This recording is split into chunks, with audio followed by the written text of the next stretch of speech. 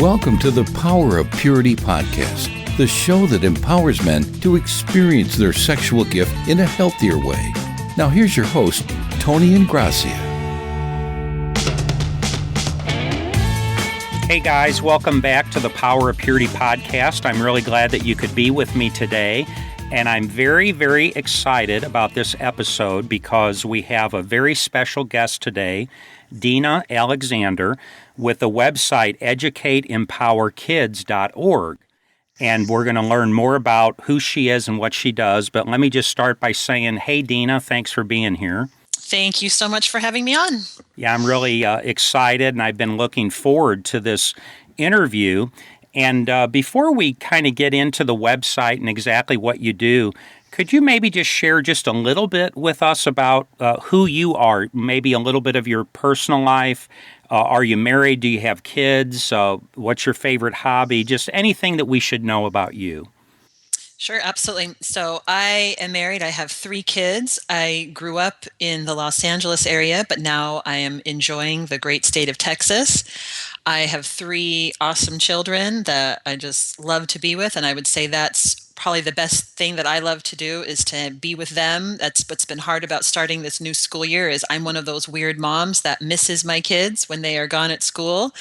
And everything I do, even this organization was all started with inspiration to help my kids, to help their future partners, and just as many parents as I could possibly help. But it was rooted in my kids. What could I do to just be the best mom and to help them have the best life possible? Awesome. How old are your kids? I have a 16-year-old, a 13-year-old, and a 10-year-old. Wow. So you're pretty far down the path of motherhood and parenthood, so I'm sure you just have a whole lot of stuff to share. Absolutely. I am right in the thick of this topic that we're going to get into, that this is my life. I'm working on this. I'm dealing with this day to day. Everything. Yeah. And that's awesome, Dina, because what I think is neat is that the information and your heart to share this stuff, it isn't just born like in a clinical laboratory kind of setting, but it's born in the context of your own home, your own family, your own relationship with your kids, and your heart to just be an awesome mom. And so you're not just telling us what we should do, but you're telling us what you yourself are doing. Yeah, I'm living this, and my background is in therapy. I have my master's in recreation therapy, which is, basically a group therapy degree where you use games and initiatives to get people to talk about their feelings versus just, say, sitting around in a circle and sharing an issue. And so I have that background, but that was, not the main motivation for getting into this work. The initial, fire that I felt that was like lit within me was, just reading an article one day. And when I realized, the prevalence of porn use among children and teenagers, and it shocked me into action. And it made me realize I can't just sit back and let this continue. I cannot just, and it's not enough for me to only protect my own children. I have to help as many children and parents as I possibly can. When I realized that basically there's nobody left for my daughter is the one that is 16, and there's probably no one left for my sons either that will not be tainted by, the plague of pornography or, addicted in some way, that is what, lit the fire in me that I was like, okay, I have to do something. I've got to make a change here. That's awesome, Dina.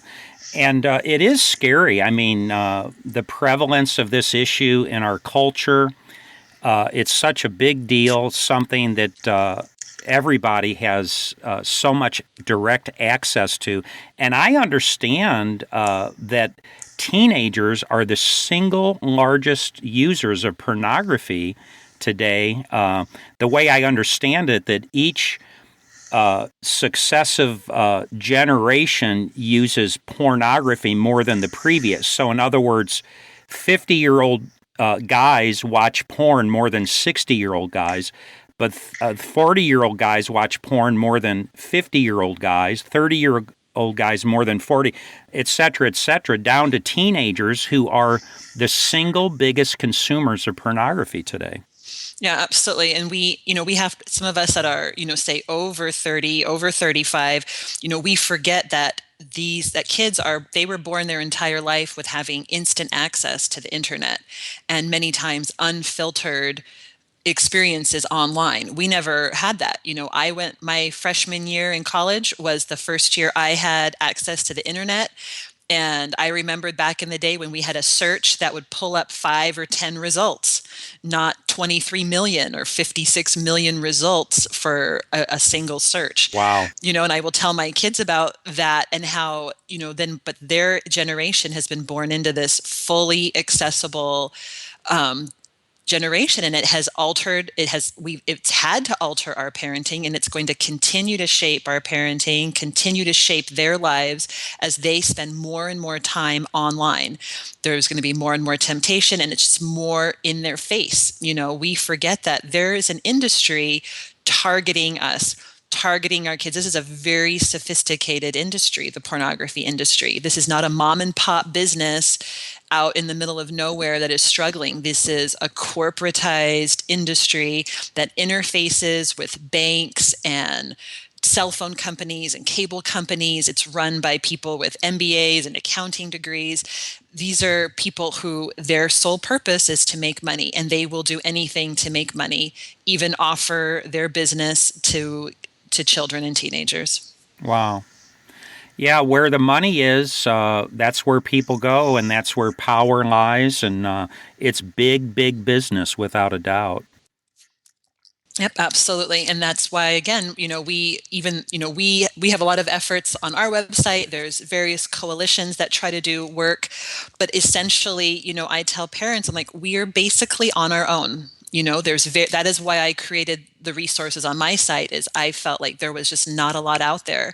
And so we have to take that initiative continually to talk about these things with our kids, to lead those discussions, to not just wait for them to come and ask us, and to not just wait when they have been exposed to pornography, but to start those conversations even at a very young age. As soon as we start putting these internet-enabled devices into our small children's hands, we have to start having simple, small conversations with them about online dangers. Absolutely, need to be proactive about it.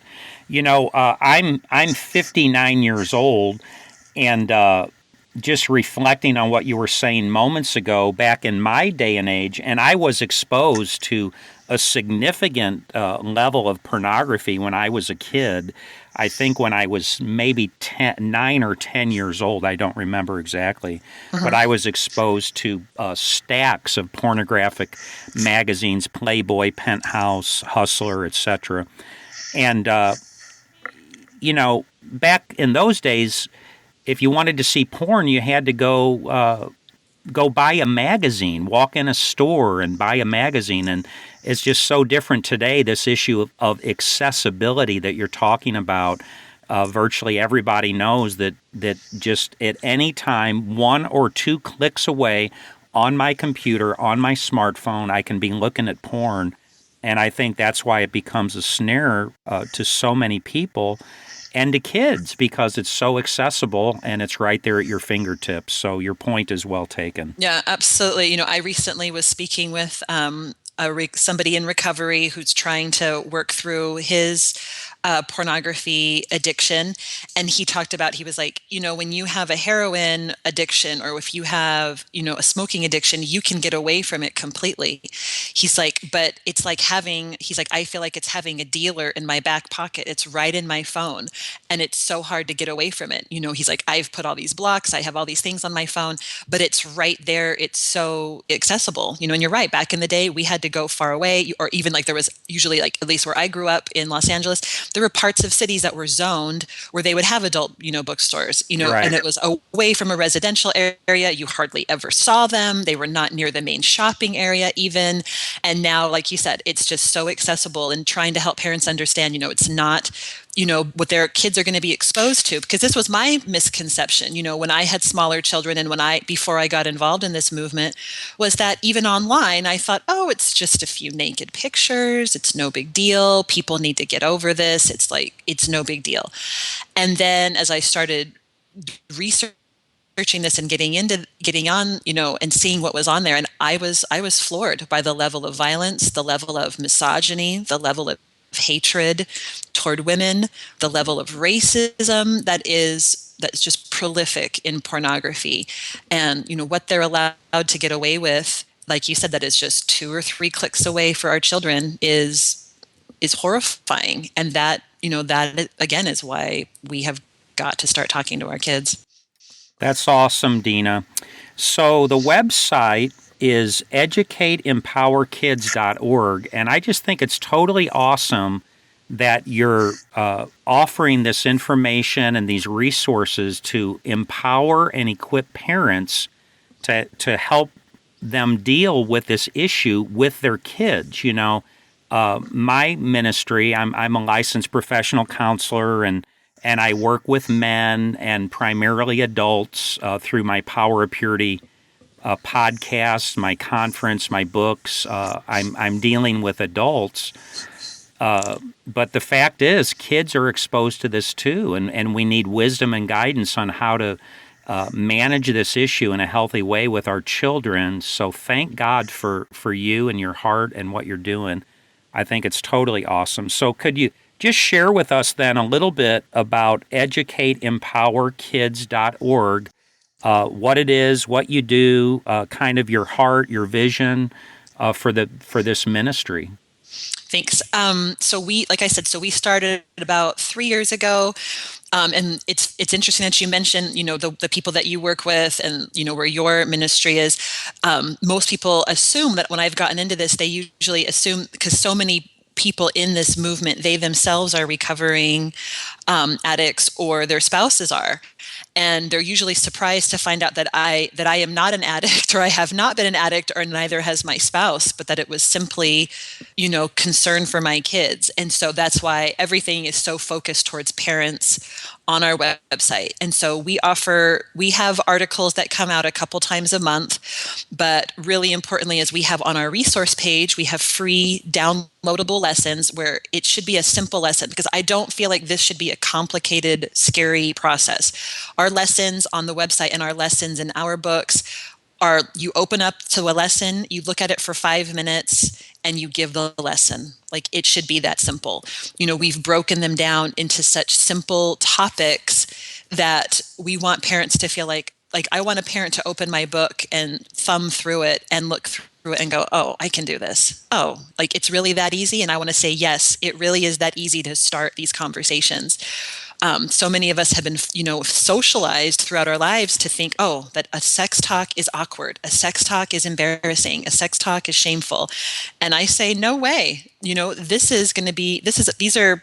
getting ready to have an amazing experience with your kids. If you handle this the right way, which is, again, really not that difficult, you are going to get closer with your child. You are going to build a bond. You are letting them know, hey, I love you enough to talk about these topics, and I am going to be open and honest with you. I am not going to judge or shame you, and your child is going to want to come back to you and have these conversations with you. The website, we also just recently launched a Spanish page. There are very few resources out there for Spanish speakers, and so that is something brand new. One of our books is called How to Talk to Your Kids About Pornography. That has been translated into Spanish. Our other books are called 30 Days of Sex Talks, Empowering Your Child with Knowledge of Sexual Intimacy. And we broke that up a little bit differently in that we have one book for ages 3 to 7, another book for ages 8 to 11, and then another book for 12 plus. And all of them are very age appropriate. They start out super simple, because again, people are usually like, what? I'm going to talk to a 3-year-old or a 4-year-old about sex. And I say, yes, but it's going to be so simple. You're starting out with simple protective information, like what is the difference between public and private? What are the things we do in public and in private? What is good touch, bad touch? What does it mean? What is the purpose of our anatomy, our sexual anatomy? How can I say no? When is it appropriate for a 4 and 5-year-old to say no to an adult? Helping to empower our kids to realize, okay, wait, that's right. I'm in charge of my body, and I am special, and I am worth protecting. So again, we have just super simple dialogues. We have a few videos on our website, but as of right now, those are mostly just like awareness, like for the cause. But we are actually in the process right now of making helpful informational videos of how to start these conversations. So that is something that is like literally in the works right now that should be coming out in the next couple months. That's awesome. I really appreciate everything you're saying. I think it's really awesome that you have broken this down into these age categories, 30 days of sex talks for ages 3 to 7, then 8 to 11, and 12 plus. And just that the information is so user-friendly that parents don't have to be intimidated or overwhelmed or feel insecure about, can I do this? How do I do this? How do I talk to my kids? And you've just put these resources within our reach, which make it practical and easy and doable. And that just has to be so helpful. You know, one of the things that I think is important, too, about what you're saying is that just this idea that it's, in my estimation, it's never too soon to start educating your kids and talking to them about these issues. I do a conference called the Power of Purity Conference, and I speak to groups of men about what it means to manage your sexual gift in a healthier way, what it means to bring your sexual gift under the authority of Christ, what it means to manage sex and be in control of sex instead of sex controlling you. And I often have fathers or uncles or grandfathers ask me this question, well, what is age appropriate? In other words, I have a son or I have a grandson.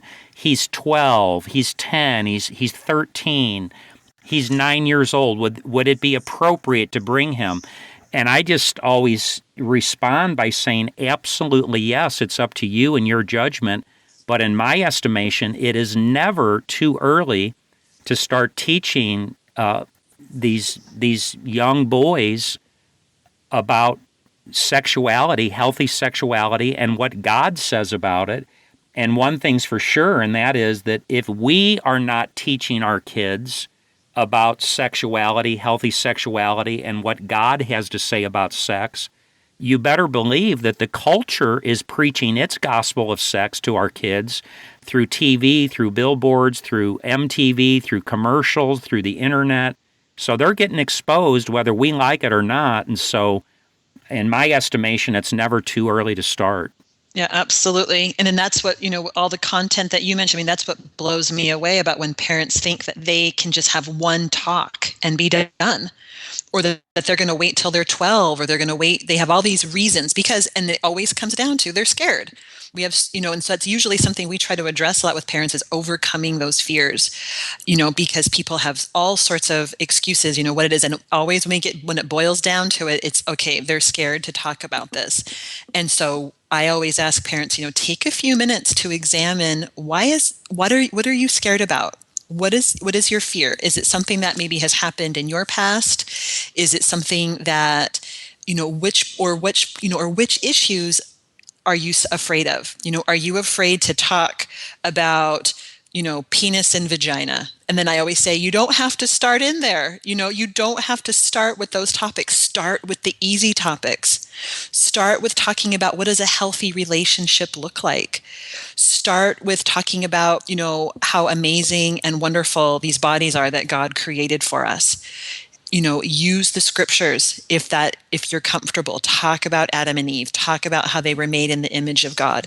We have so many options. We don't have to go say right to the topics that we're intimidated of, but we have to start. We have to protect our kids.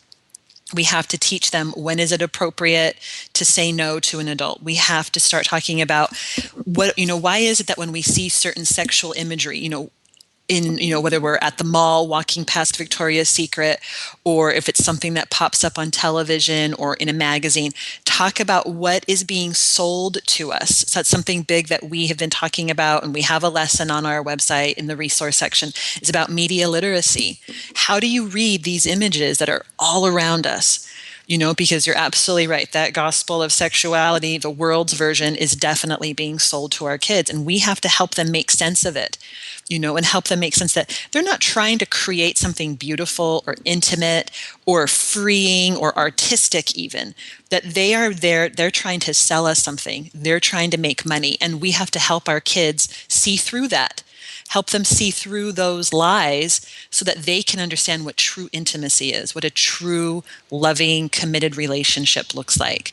And so when parents are fearful, that's my first recommendation is start with the easy topics. Right. Start with those things that you were comfortable with, and then you start working towards those topics that maybe you're intimidated of. Yeah, that's so good, Dina. I see in pictures sometimes, and just listening to you talk, the picture I'm seeing for some reason is a mason building a brick wall. If they were building a new house on your street and you walk by, and if you stop to watch the mason, he puts down the very first brick, and you're very unimpressed. So you think, well, what's that? That's nothing. Then he puts a second brick, a third brick, just a few bricks. He's starting to pile up.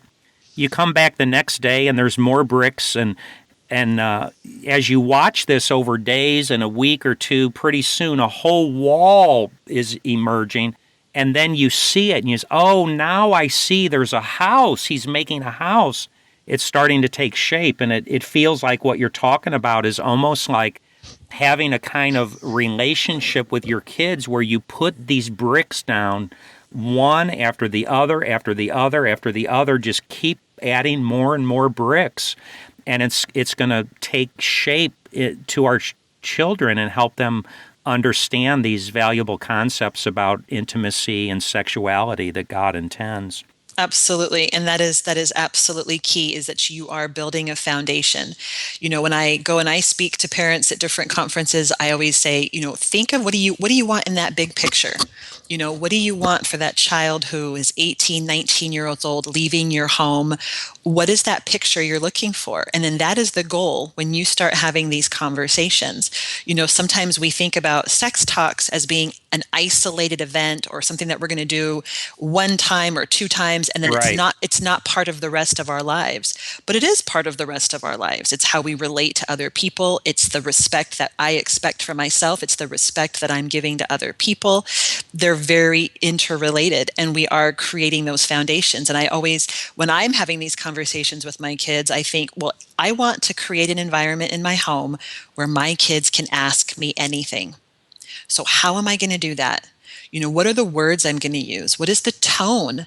How calm and pleasant am I going to be about talking about? If I believe that sex is amazing and beautiful and wonderful and a gift from God, then absolutely that is going to be my tone when I am talking about it.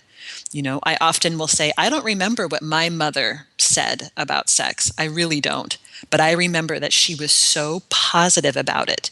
Even after my parents were divorced, she was able to talk about sexuality in such a positive way that I knew, okay, this is something great, that this is something wonderful, and I could relax about it, and that I could ask her questions, and that she wasn't going to look at me funny. She wasn't going to question my question. She was just going to listen and answer as honestly and openly as possible. And so I go back to that over and over again. What do I want? And that is also something that's been great. And it was, the board, my board, and a lot of the books that when we gave them out, as samples and trying to get people's opinions, we gave the books to, different parents and therapists to get their opinions when we were writing the book. And every single person came back to us with, I cannot believe the amazing discussions I have had with my kids. And I was like, exactly, that is the whole point. They thought they were sitting down for a 5 to 10 minute discussion, and it was their kids that came back to them with amazing questions about intimacy, about love, about friendship, about healthy sexuality, and that those only fostered better relationships between parents and children. And that's my ultimate goal. Right. That's great. It's intriguing to me, this idea that this is so profoundly difficult for so many parents, but that based upon what you're saying, in reality, if it's difficult and if there's somebody has a hang up, it's not the kid, it's the mom or the dad that is intimidated or kind of ashamed or insecure.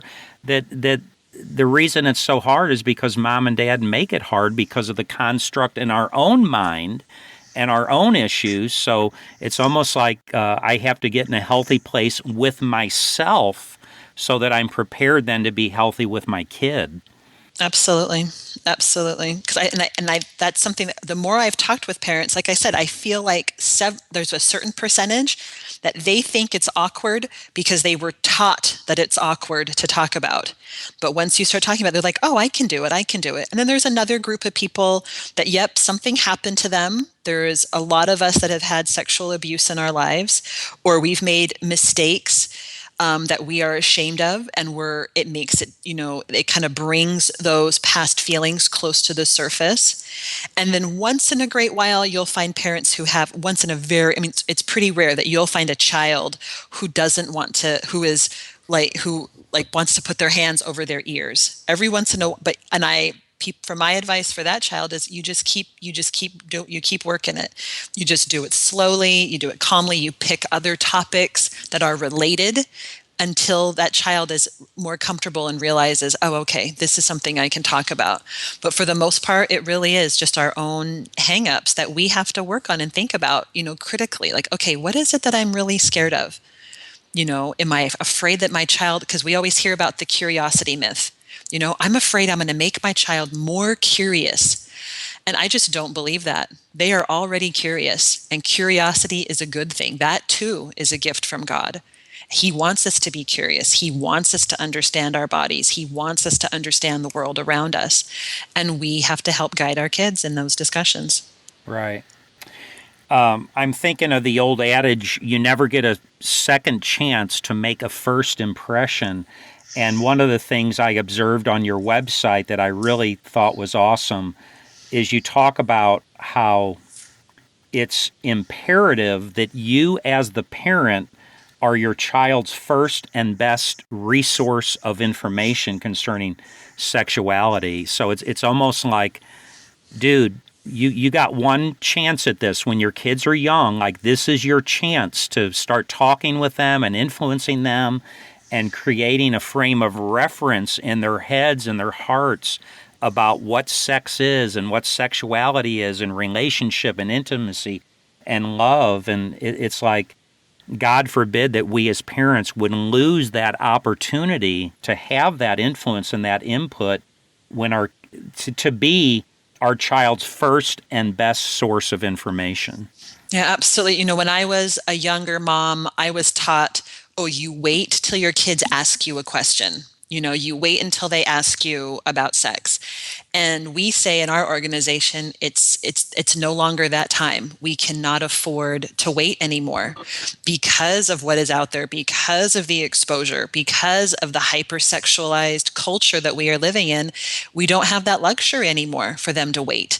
With my daughter, I waited until, I was pregnant with my second child, and there came the questions, and we started some small discussions.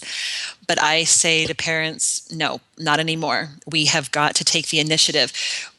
Research shows that we believe the first source we hear.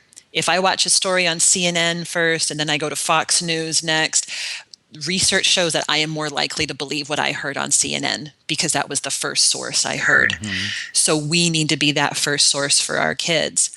But having said that, there are tons of topics, like in our books. I mean, we have 30 discussions in each of our books. And I guarantee if somebody gets the book, there is a discussion in here that they have forgotten or missed or didn't realize its importance. But it doesn't matter. It's never too late to start. Ideally, we're going to start with our kids when they're little, but it's never too late to start talking about healthy intimacy. There's always something more to be said on it, And it makes sense to me that, if you try to wait till your kid's 16 and start talking, or even 12 or 10, the longer you wait, maybe the more difficult it is, the more embarrassing it is, or a sense of insecurity. But what I love about what you're doing here and the 3 different levels of books, the first book is how to talk to your kid between the ages of 3 and 7. So if we start them early enough and we establish a kind of rapport with our children where they learn that it's okay to talk about stuff like this. It's safe, it's normal, it's healthy, it's appropriate, there's nothing to be ashamed of. Mom and dad are open, you can ask any questions, so they feel comfortable from the very beginning. Then they graduate to the second book. Yeah, absolutely. And we find it interesting that out of our books, our 12 plus book is the least selling of the 3 books. And it makes us so sad, because for us, this is where we have put so much meat into the discussions. I mean, this is where we have really talked about just our culture, where we talk about shame and guilt, where we talk about, what alcohol and sex combined does to us, where we talk about self-esteem and sex, where we talk more about abusive relationships, where we talk about consent.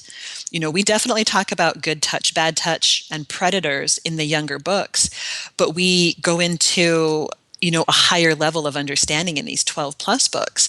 We also talk about a lot of positive things that I think that kids need to know about, that it's not just no, and this is we have to be careful, and there's predators, or if you're not careful, you're going to, get a sexually transmitted disease. They're going to get that stuff in school. They're going to learn about birth control, STDs at school. They're not going to learn about intimacy. And this is where our focus has been on these books, is that focus on intimacy and talking about what is, like in the 12 plus book, talking about emotional intimacy and, what are our expectations sometimes for that first time, and talking about positive things like orgasm. These are things that we tend to sweep under the rug, and we're embarrassed. And it's like, no, we need to talk, if we're going to talk about all the negative things out there having to do with sex, like pornography or like predators, we've got to talk about the positive stuff. We've got to talk about the amazing parts of sex, how it builds closeness and how it can be healing in a relationship. Yeah, it makes a lot of sense, Dina. 12 plus, that's the age, 12, 13, 14, 15. They're getting old enough now that you can really get down to it and start talking about the real issues that they're being confronted with in the culture. And it's time to be able to talk to them very directly about these things. Hey guys, with that, I'm going to have to jump in here and interrupt our episode today with Dina Alexander with Educate and Empower Kids. And I'm sure you'll agree that this is an incredibly important discussion because of the reality of the porn-saturated culture in which we live. We just have to really be very sober-minded about the reality of what to teach our kids, how to speak to our kids, and how to help our kids grow up in a healthy way, a godly way, in view of the culture in which we're living. So please make sure that you come back for our next episode, where we'll continue this awesome discussion with Dina Alexander. And in the meantime, God bless you. Have an awesome day, and thanks for visiting the Power of Purity podcast. God bless you. Thanks for listening. Visit powerofpurity.org for more resources and information. And if this podcast has been helpful or encouraging, please invite a friend to listen. Until next time, remember, there's power in purity.